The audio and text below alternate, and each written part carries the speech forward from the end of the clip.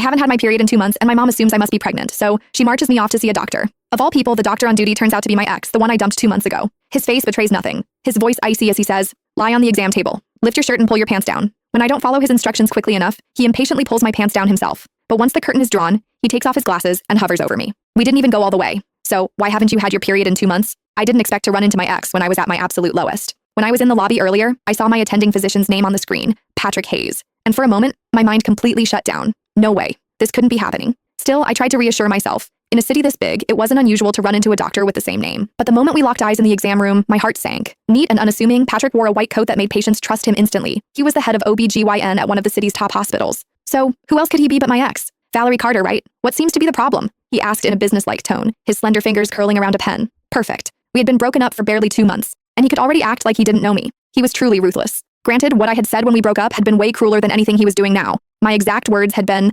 "Patrick Hayes, after today, the only way I'd even consider seeing you again is if you were lying in a hospital bed, begging me to." Now, they had come back to haunt me. We were really meeting again in a hospital, but this time I was at his mercy. He was the doctor, and I was just a patient waiting for my fate to be decided. Forget about gracing him with a visit. His schedule was completely booked, and I couldn't even snag a single slot myself. Ultimately, my mom had to fork out double the usual price and go through all kinds of trouble just to get an appointment from a scalper. Just moments ago, I overheard a group of young women leaving the clinic whispering excitedly about how handsome the doctor was. According to them, the social media hype wasn't an exaggeration. They didn't even need a prescription. Just seeing him in person was enough. He was devastatingly handsome, the kind of face that made them feel like they could live decades longer just to admire it. At the time, I was curious to see for myself. Was everyone named Patrick Hayes that good looking? Now that I had seen him, devastating was the right word. But I wasn't referring to his looks. I meant myself. I was usually sharp-tongued. However, the moment I stepped into the exam room, it was like my voice had been stolen. I couldn't say a word. My mom, of course, didn't notice a thing. She had no idea about the tension simmering between Patrick and me. Instead, she started rattling off my symptoms at full volume. "Dr. Hayes, she hasn't had her period in 2 months. Either she's pregnant or something's seriously wrong.